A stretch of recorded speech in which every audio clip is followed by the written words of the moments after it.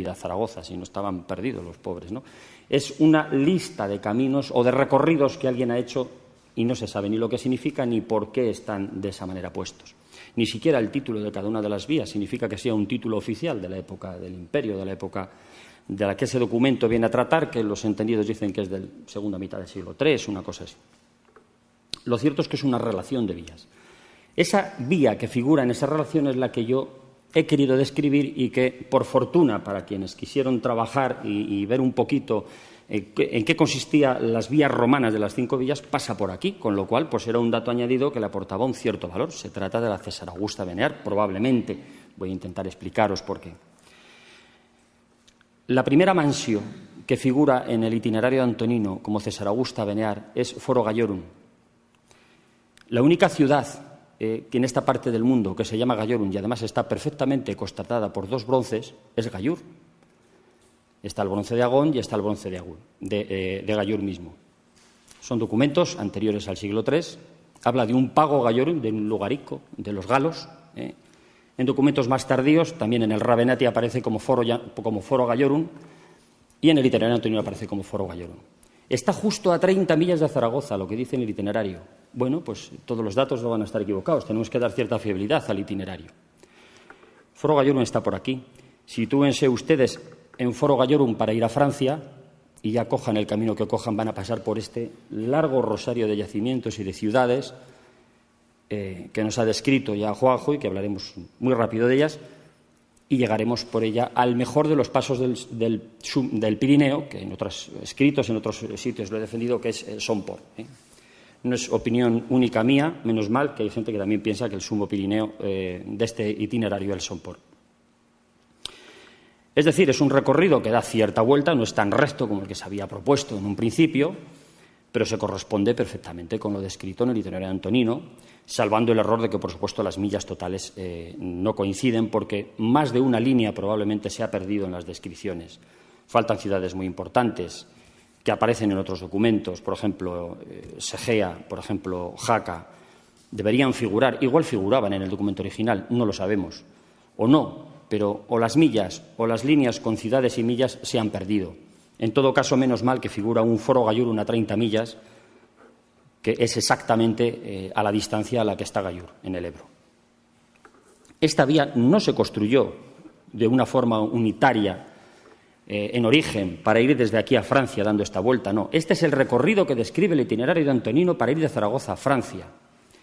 La vía que muy bien ha explicado Joaquín se construyó en origen para ir de Zaragoza a Francia, o a esa parte por lo menos del norte, fue la de que por Castejón tiene una unicidad de miliarios del mismo momento que llega por lo menos hasta Campo Real.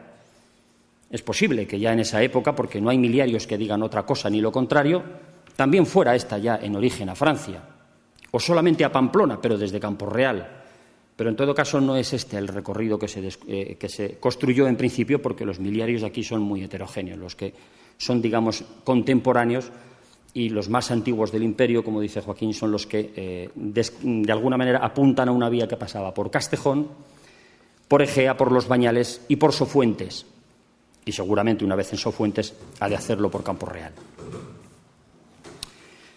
Bien, esto es un poco lo que os cuento. La vía al final se integra en el entramado viario de esta parte del imperio. He pintado casi todas. De muchas de ellas tenemos vestigios físicos en la zona de Navarra.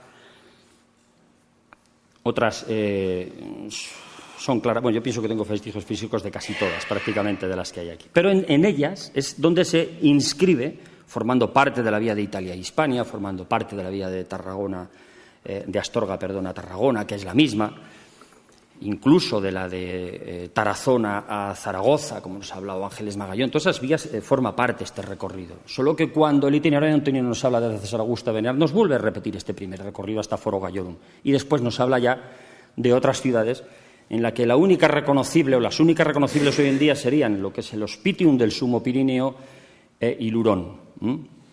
¿Cuál es el velino de todas estas importantes ciudades? La que ustedes quieran. El error es no sabemos cuáles son las líneas que se han caído y no sabemos cuál es la distancia que está fallando. ¿Puede ser Campo Real por el hecho de que sea grande? Sí. O Los Bañales, o Sofuentes, o Artieda, que hay una ciudad bastante importante ahí en Artieda también. No lo sé.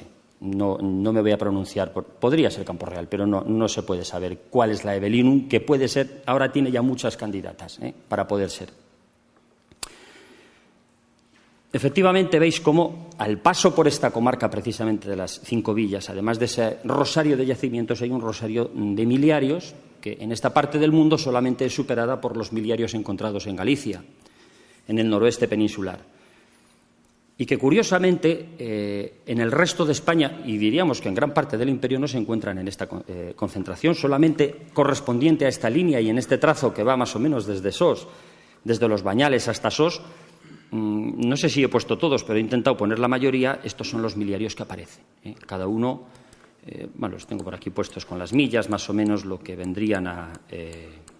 Algunos tienen numeral y, por lo tanto, se sabe más o menos de dónde proviene y se sabe con cierta exactitud de dónde provenían, porque tanto Escalada en las vagas notas que dejaban como los lugareños que nos lo han tenido que decir en Castiliscar. De aquí se llevó aquel cura, el miliario ese grande que está en Pamplona. Pues fuimos allí al terreno con él y tomamos el waypoint, el punto GPS del sitio donde se ve. Pues más o menos viene a corresponder.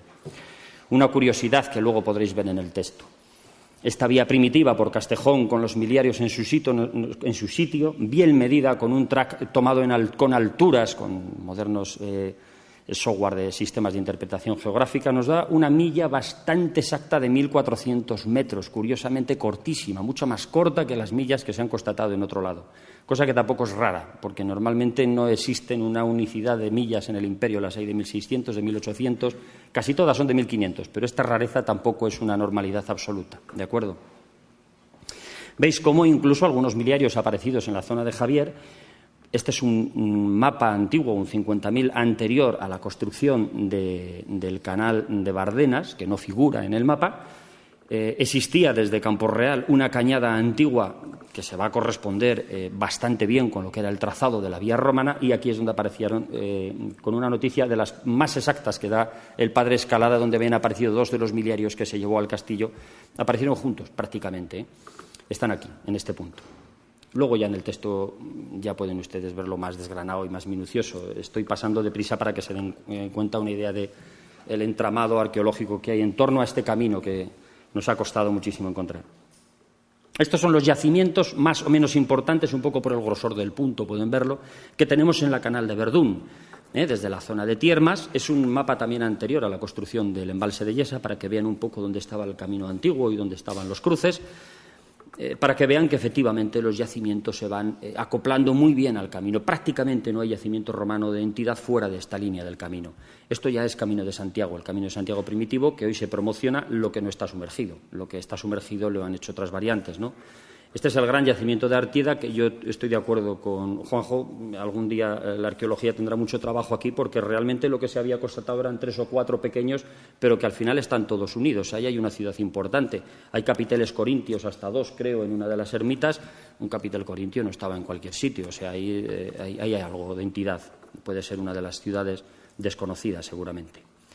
Bueno, los restos arqueológicos que ya hemos ido viendo son muy abundantes. Arqueológicos, monumentales, arquitectónicos en este caso, ¿no? Incluso dentro del abastecimiento de bañales, tramos de canal que en una temporada estuvimos intentando buscar, los más desconocidos.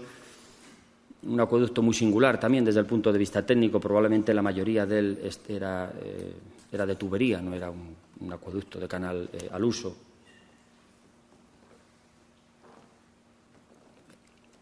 Bueno, las termas de Bañales, el interior, el sarcófago paleocristiano del que hemos hablado y que mañana se va a ver, los restos del mausoleo de Sofuentes, piezas que la gente tiene en casa.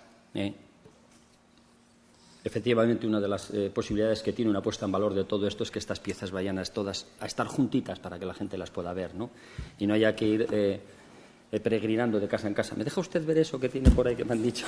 O sea, esto es interesante siempre. Esto es un contrapeso de una balanza romana.